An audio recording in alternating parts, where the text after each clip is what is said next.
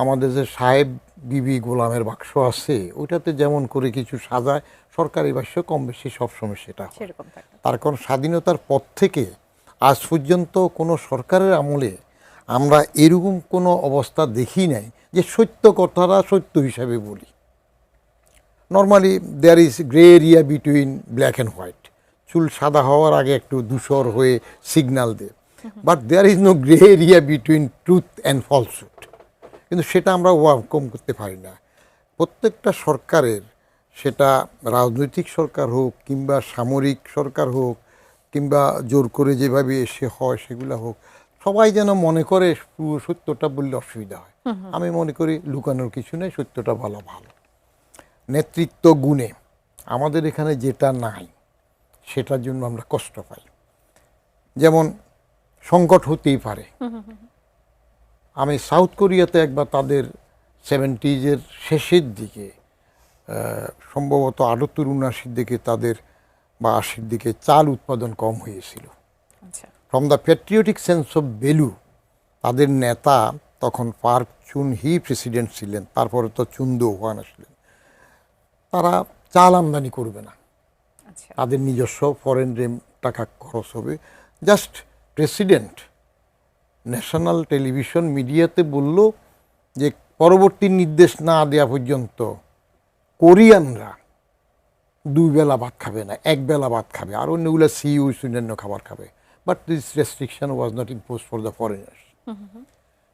আমি পরে 83-তে ওইখানে গিয়ে শুনলাম তারা এটা অক্ষরে অক্ষরে পালন করেছে। কেন পালন করলো? চাল আছে ঘরে কিন্তু 2 বেলা খাবে না, যে তারা আর আমদানি করবে না, কারণ আমাদের নেতা বলেছেন। That is patriotic sense of value. আমরা কি এ পর্যন্ত এরকম একটা নেতা পেয়েছি? বঙ্গবন্ধু একসময় বলছিলেন আমি 3 বছর কিছু দিবার পারব না স্বাধীন হওয়ার পরে। তারপরে কারো কথা শুনবে? এখন এই যে জ্বালানি জব্দ করতেছে, ধরতেছে, এটা আমাদের নিজস্ব চরিত্রেরই অংশ হয়ে গেছে। একটা ভার্সন সরকারের ভাষ্য, এটা এরকম বলবে, কোনো অভাব নাই, প্রচুর মজুদ আছে। কিন্তু বক্তা পর্যায়ে যদি সেটা হয়, আমি নিজেরটা যদি বলি, আমি যখন লাইনে 3 ঘন্টা 4 ঘন্টা 5 ঘন্টা থাকি, তারপর ঠিক পাম্পের কাছাকাছি গেলে যখন তেল শেষ হয়ে যায়, তো এটা তো কাউকে বিশ্বাস করানো যাবে না। তো আমি 3 বার লাইন দিয়ে তেল পাইনি, কারণ ছোট্ট একটা টমটম আছে, নিজে চালাই, শুধু নাতিদের একবেলা স্কুলে নেওয়ার জন্য। তো পরে একজন ওই যে টিভিতে আসার একটা উপকারও আছে, এই বকবকানি ফেসাল ক্যাসাল শোতে আসলে অনেকে হয়তো চিনে ফেলে। তো পাম্পের একজন বলে যে স্যার আপনার তো আমি টিভিতে দেখছি। আরে তা দেখছেন ভালো, সেই সুবাদে এখন তেলের কী হবে, তেল দিতে পারবেন কিনা? বলে স্যার আজকে শুক্রবার তো জুমার পরপরই চলে আসবেন, আমাদের গাড়ি তেল আনতে গেছে। তো জুমার পরে গেলাম, মোটামুটি ঘন্টা খানেক লাইনে থাকার পরে গেলাম যে ওখানে যাওয়ার পর 500 টাকা। পেট্রোল পাম্পে যারা আছেন তারা কি বলছেন? তাদের সাথে নিশ্চয়ই কথা বলেছেন। ওই বললো যে গাড়ি আসছে তো গাড়ি আসছে। মানে তারা কি সংকটের ব্যাপারে কোনো কিছু বলছে যে না না, সংকট আছে? ওগুলো তাদেরকে জিজ্ঞেস করলাম না, যে ওরা বললো যে আমাদের গাড়ি গেছে, নিয়ে আসলে জুম্মার পরে পাবেন। কিন্তু ওখানে যাওয়ার পর দিল 500 টাকা। আচ্ছা, 1 ঘন্টা অপেক্ষা করলেন, তারপরে 500 টাকার তেল পেলেন। 500 টাকার তেল পেলাম। এরপরে 500 টাকা তো তাদের এই তেলের পাম্পে দূরাদূরি লাইন দিতে আমার শেষ হয়ে যায় আবার। তো যেন ঠেলতে না হয়, আমার তো গায়ে জোর নাই। পরে আরেকবার লাইন দেওয়ার পরে বললো যে এবার 1000 টাকা দিচ্ছে। তো ওটা নিয়ে চলছি, আবার শেষ হওয়ার আগে কোনো রকমে যদি যাওয়া লাগে যাব। বাস্তবটা সরকারি বাসের সাথে মিল নাই, মানুষ গায়ে ফরে এগুলো বলতে জানে। আর বাস্তব অবস্থা বলতে আপনি সামগ্রিক অবস্থা কি বলছেন, এটা তো ভিতরের খবর তারা জানে। এই যে খবর আসে ইস্টার্ন রিফাইনারি ক্রুড অয়েলের অভাবে বন্ধ হয়ে গেছে, আবার তার কমা দিয়ে পরে বলতেছে অকটেন এবং পেট্রোল ঠিক আছে। এ কি বললো, আমি তো অকটেনে পাচ্ছি না। এটা সত্য কথাটা বলে আমাদের নিজের দায়িত্ব কম এটাতে। বৈশ্বিক বাজারে যুদ্ধের কারণে এটা হতেই পারে, এখন সেটা একটা ওয়ে আউট করে বললে হয় সবাই কম। যেমন আমি কালকে একটা সাক্ষাৎকারে বলছিলাম, সরকার অস্টিয়ারিটি মেনটেনের জন্য করুক না, সরকারি গাড়িগুলোতে প্রথম হাত দেখ। সমস্ত সেক্রেটারি সাহেবরা, জয়েন্ট সেক্রেটারি সাহেবরা যেগুলো সরকারের কন্ট্রোলে আছে সেগুলো বাসে যাবে। বাসে যাওয়ার মধ্যে তো গুণা নাই, তারাই যাবে। একটা ভালো বাসের মধ্যে করে সবাই গেল, সেগুলো করলে কিছুটা রেস্ট্রিকশন হয়ে যাবে। এখন এটা পাওয়ার ভিশনটা, পাওয়ারের লবিতে থাকার জন্য গাড়ির থেকে বাসে যাবে, এই মেন্টালিটিতে নামতে না পারলে কাজ হবে না। কাজ হবে না। জনাব মোস্তফা ফিরোজ, আপনার কাছে আসি এই বিষয়টি নিয়ে। আমরা আসলে বাস্তব ওই যে যেমনটি জনাব বদিউর রহমান বলছিলেন যে গ্রে এরিয়া নেই, হয় আছে না হলে নেই, বা যেটাই থাকুক না কেন সেটা স্পষ্ট করাটা জরুরি, কেননা জনগণ এক ধরনের ভোগান্তির মধ্য দিয়ে যাচ্ছে, কিন্তু আমরা সরকারের কাছ থেকে আশ্বস্ত হচ্ছি, আশ্বস্ত আমরা আসলে হতেই চাই, কিন্তু সেটিকে আসলে প্রকৃত অর্থে আশ্বস্ত করতে পারছে যখন ভোক্তা পর্যায়ে মাঠে ঘাটে যে পরিস্থিতি তারা আসলে দেখতে পাচ্ছে, এবং বাস্তবিক তার প্রেক্ষাপটে সরকার এক ধরনের আশ্বস্তি আমাদের করার চেষ্টা করছে। সেখান থেকে জানতে চাইবো, বৈশ্বিক পরিস্থিতিও তো আসলে যেমনটি দেখতে পাচ্ছি, আগামী 2 সপ্তাহ পর কি হবে আমরা ঠিক জানি না, আমাদের প্রস্তুতির জায়গাটুকুই বা কীরকম, সব মিলিয়ে আপনি কেমন দেখছেন? পরিস্থিতি যে আসলে মানে প্রকৃত এখানে দায় কাকে দেব আমি বুঝে উঠতে পারছি না। কারণ উনি যেটা বললেন সত্য বলছেন যে এটা তো আসলে আমরা সৃষ্ট না, এটা একটা বৈশ্বিক পরিস্থিতির আমরা শিকার হয়েছি। শিকার হবার পর আমাদের এখানকার আসলে অবস্থাটা কি সেটা সরকার যা বলছে হয়তো সেটা সঠিক, আবার জনগণ যেটা বলছে সেটা হয়তো সঠিক, কিন্তু আমরা কিন্তু কম বেশি সবাই ওই চেষ্টা করেছি এই সংকটটাকে ত্বরান্বিত করার জন্য। ধরেন আমি প্রতিদিন হয়তো 10 লিটার তেল নেই, আমি চেষ্টা করছি প্রতিদিন 20 লিটার তেল নেওয়ার। এই চেষ্টায় হয়তো উনি হয়তো আগে পাইছেন একটু, কিন্তু কেউ হয়তো ওই যে রাত 1টায় লাইনে দাঁড়িয়েছিলাম, বেলা 2টায় তেল পেলাম, বেলা 2টায় নাও পেতে পারতো। হ্যাঁ, তো কিন্তু প্রত্যেকেরই যে একটা প্রবল চেষ্টা আছে তেল মজুত করা, এটা তো একটা মানে স্বাভাবিক যে ফ্লোটা, সেই ফ্লোটা তো আমরা নষ্ট করলাম একদম। আমি একটা খুব ছোট্ট একটা উদাহরণ দিই। আমি গত মানে 15 দিনে 3টা দেশ সফর করেছি। তার মধ্যে আমাদের মান বা আমাদের চেয়ে একটু কম দরিদ্র, মানে কি বলে, কম ধনী, আমার ধনী দেশই বলি, কম ধনী দেশও আছে আর ধনী দেশও আছে। একটা হচ্ছে নেপাল, একটা হচ্ছে থাইল্যান্ড, আর একটা হচ্ছে সিঙ্গাপুর। আমি বিশ্বাস করেন, আমি বাংলাদেশে নামার পরে যেই হুড়োহুড়ি দেখি, মানে যখন কি রাস্তা ক্রস করতেছি, পেট্রোল পাম্পের লাইন দেখছি, আমি আচ্ছা ঠিক আছে সিঙ্গাপুরের তুলনা করলাম না, যদিও আগে তো হরমেশে আমরা সুইজারল্যান্ডে চলে যেতাম, তুলনা করতাম সুইজারল্যান্ডে। সিঙ্গাপুর, থাইল্যান্ড এগুলি ছিল তো আমাদের কাছে নস্যি, এগুলি ফু মারলেই উড়ে যাবে। কিন্তু আচ্ছা যাক, সেই কথা বিতর্ক বাদ দিই, কিন্তু সিঙ্গাপুরকে নাই বাদ দিলাম, সিঙ্গাপুরে তো তেল পাওয়া। থাইল্যান্ডের পরিস্থিতি কেমন দেখেছেন? সেখানে মানে এরকম কোনো পরিস্থিতি কি ছিটে ফুটা নাই। আচ্ছা ওইটাও নাই, কোনো প্রভাবই পড়ে নাই? কোনো বিন্দু মাত্র আমি প্রভাব দেখি নাই। আপনি মানে কেউ যদি এই মুহূর্তে যদি কেউ পরিচিত থেকে ফোন করেন, তারা এরকম যে মানে তেলের একটা দাম বাড়ার যে বিষয় সেটিও কি সেখানে দাম নাই? হয়তো বাড়ছে, change। কিন্তু হ্যাঁ, বাট ওটা মানে অ্যাডাপ্ট করছে। ওরা তো আন্তর্জাতিক বাজারের সাথে মানে ওঠানামা করে, সেই তুলনায় হয়তো একটু একটু করে বাড়ছে, কিন্তু তেলের জন্য হাহাকার, লাইন, হুড়োহুড়ি এরকম কোথাও নেই। থাইল্যান্ড, সিঙ্গাপুর বাদ দিলাম, আপনি নেপালে তো আমি 3 দিন ছিলাম, আমি কোনো হুড়োহুড়ি দেখি নাই। আচ্ছা, নিয়মতান্ত্রিকভাবেই তারা স্বাভাবিক, অ্যাজ ইউজুয়াল। এখন আপনি আবার যুক্তি দেবেন, আরে ওটা তো ছোট্ট দেশ, ওদের কতটুকু বা তেল লাগে, তা ওরা তো ওই অল্প তেলই আনে, অল্প তেলই তো আনে। তাহলে আপনি সংকটটা কোথায় দেখছেন আসলে? সংকটটা আমাদের মধ্যে, আমরা প্রত্যেকেরই দায় আছে, আমরা করছি। ধরেন আমি আপনাকে বলি, আজকে আপনি এখন স্ক্রল দেন, যে কোনো ক্রাইসিস নেই, যে সরকার একটা বলবে যে চালের মজুদ ভালো, তবে সবাইকে অনুরোধ করছি যে কেউ অতিরিক্ত চাল কিনে বাসায় করবেন না। দেখবেন যে ভোরবেলার থেকে আপনার মার্কেটের অবস্থা খারাপ হয়ে গেছে। অনুরোধ যদি করে, মনে করবে যে হ্যাঁ সত্যি ক্রাইসিস আছে, না জানি কি আছে, ভোর রাত থেকে কিন্তু সব দৌড়দৌড়ি শুরু করবে। আমরা তো এরকম নেশন, এই নেশনকে মানে কন্ট্রোল করা, কেউ কেউ বলে না যে বাংলা এই দেশের জন্য আসলে শেখ হাসিনাই উপযুক্ত ছিল, অনেকে বলে তো, কেন বলে? এটা দুঃখে বলে, কিন্তু এটা তো স্বাভাবিক জিনিস না যে এই দেশের জন্য ওই রকম মানে কোনো খারাপ লোক থাকবে, খারাপভাবে শাসন করবে, সেটা তো না। কিন্তু আমাদের প্রকৃতিটাই এরকম। আপনি যখন বলতেছেন যে আপনি তো খুব সুন্দর দেখতে, আপনি শালা বোধহয় আমার মনে হয় করতেছে, মানে টিটকারি মারতেছে, হ্যাঁ, মানে সবসময় উল্টা ভাবে। তা আমার মনে হয় যে জ্বালানি ক্রাইসিস হওয়ার পর সরকার স্বাভাবিকভাবে একটা তার অবস্থা বলার চেষ্টা করছে, কিন্তু আমাদের ওই যে অবিশ্বাসের যে কালচার, সেই অবিশ্বাসের কালচার থেকে তো আমরা মুক্ত হই। আমরা নিজেরা সিকিউর হতে গিয়ে আরেকজনকে ইনসিকিউরিটিতে ফেলে দিচ্ছি। আপনি বাংলাদেশ, ঢাকা শহরে ধরেন কয় লাখ গাড়ি আছে, বুঝিয়ে আপনার কোনো ধারণা আছে? আমি তো এইসব বড় হিসাব টিসাব করি না। আচ্ছা ধরেন আমি 20 লাখ গাড়ি আছে, 20 লাখ গাড়ির মধ্যে যদি 10 লাখ গাড়ি তেল টানা শুরু করে, আপনি অন্য মজুদ বাদ দেন, আপনি তাতেই অবস্থা কি হবে? আপনি সমস্ত ফ্লোটা আপনি নষ্ট করে দিচ্ছেন। স্বাভাবিকভাবে যেই যোগানগুলো পেট্রোল পাম্পে সেটা তো নষ্ট করে করে দিচ্ছেন, তার মধ্যে আবার চলতেছে মজুদ। আমরা একেবারে একেবারে যথার্থই বলেছেন। এই বিষয়গুলো কিন্তু অনেকেই চিন্তা ভাবনা করছেন যে আসলে আমাদের এই যে তাড়াহুড়ো, আমাদের এই যে মজুদ রাখা, চুরি করে রাখা, এই বিষয়গুলো আমরা পত্রপত্রিকাতেও দেখছি, বিভিন্ন গণমাধ্যমের মাধ্যমে দেখছি। কিন্তু অন্যদিকে আবার যখন বৈশ্বিক পরিস্থিতির দিকে তাকাচ্ছি, কেননা সব খবরই তো আমাদের হাতের মুঠোয় এখন চলে আসে। আমি জনাব বদিউর রহমান আপনার কাছে একটু জানতে চাইবো যে জ্বালানি চাহিদা পূরণের জন্য উন্নয়ন সহযোগীদের কাছে $200 কোটি চেয়েছেন প্রধানমন্ত্রী। এই খবরগুলোও তো মানুষজন আসলে পাচ্ছে, সেগুলোও কি তাদের মধ্যে আসলে আশঙ্কা তৈরি করছে?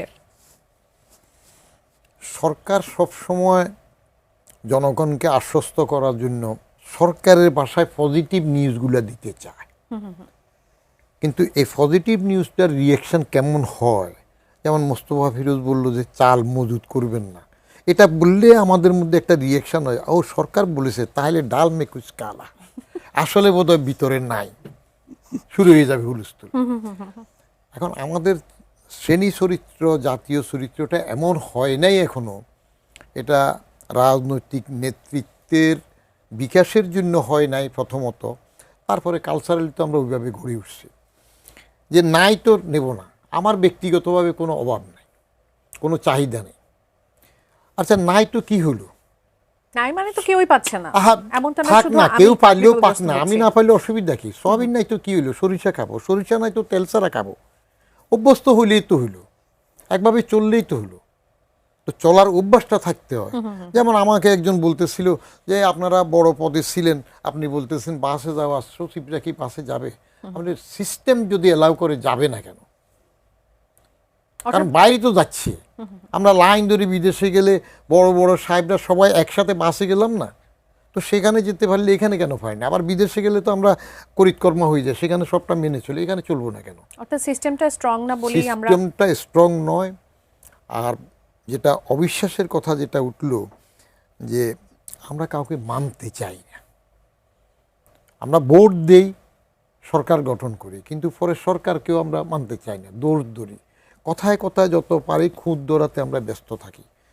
এখন সিস্টেম ডেভেলপ করেন, এই যে একটা কার্ডের কথা উঠছে যে কি ফুয়েল কার্ড দেবে, তো ফুয়েল কার্ডের কথা হইলো, কার্ড নিয়ে তো এমনি জামাতে শফিকুর রহমান বলছে কৃষি কার্ড ভুয়া, তারপরে জায়গায় ফ্যামিলি কার্ড না, উনি ভুয়া, কার্ডের কথা বলছেন, ভালোবাসার কার্ড না ইয়েরটা আপনার ভোটের আগে ভোটের আগেই বলছেন। শফিকুর রহমান না ভালোবাসার কার্ড পরে, কিন্তু ভুয়া বলছে, ভুয়া শব্দটা তার নিজে মুখ দিয়ে বলছে। তো এখন সরকার প্রমাণ করার জন্য তাড়াতাড়ি দিয়ে দিচ্ছে। তো এগুলো পলিটিক্যাল এজেন্ডাতে সোশ্যাল সেফটি নেটওয়ার্কের জন্য যেটা যাবে সেটা হইলো ফরজের দিকটা, তেলটা কোথায় দিবেন, শর্ট পড়লে কোথায় দিবেন, ঘরে যখন অভাব হয় তখন ক্ষুধা নাকি বেড়ে যায় অনেক সময়, তখন মুষ্টি চালার একটা প্রশ্ন আসে, আমাদের দাদি নানিরা মুষ্টি চালা রাখতেন।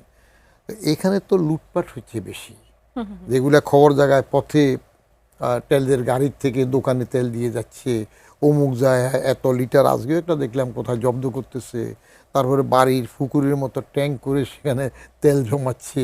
একদম। এটা আপনি ঠেকাবেন কিভাবে?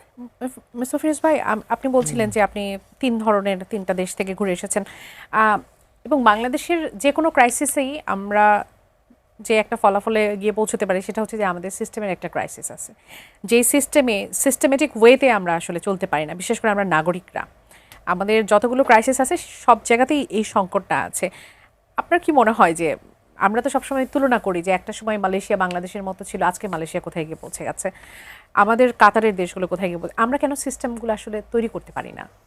এটা উনি বলছেন কিন্তু এক লাইনে, যে এটা হলো একটা দীর্ঘদিন প্র্যাকটিসের ব্যাপার, তো রাজনৈতিক নেতৃত্ব সেভাবে শেখায়নি আমাদেরকে। আমাদের একদম উপর থেকে শুরু করে নিম্ন পর্যায়ে যে সরকার ব্যবস্থাগুলো আছে, ধরেন গ্রামের তাদের তাদের সরকার হচ্ছে সেখানকার ইউনিয়ন পরিষদ, উপজেলা, থানা, প্রত্যেকটা লেভেলে, আর বাড়ি পর্যায়ে হচ্ছে আমাদের বাবা মা।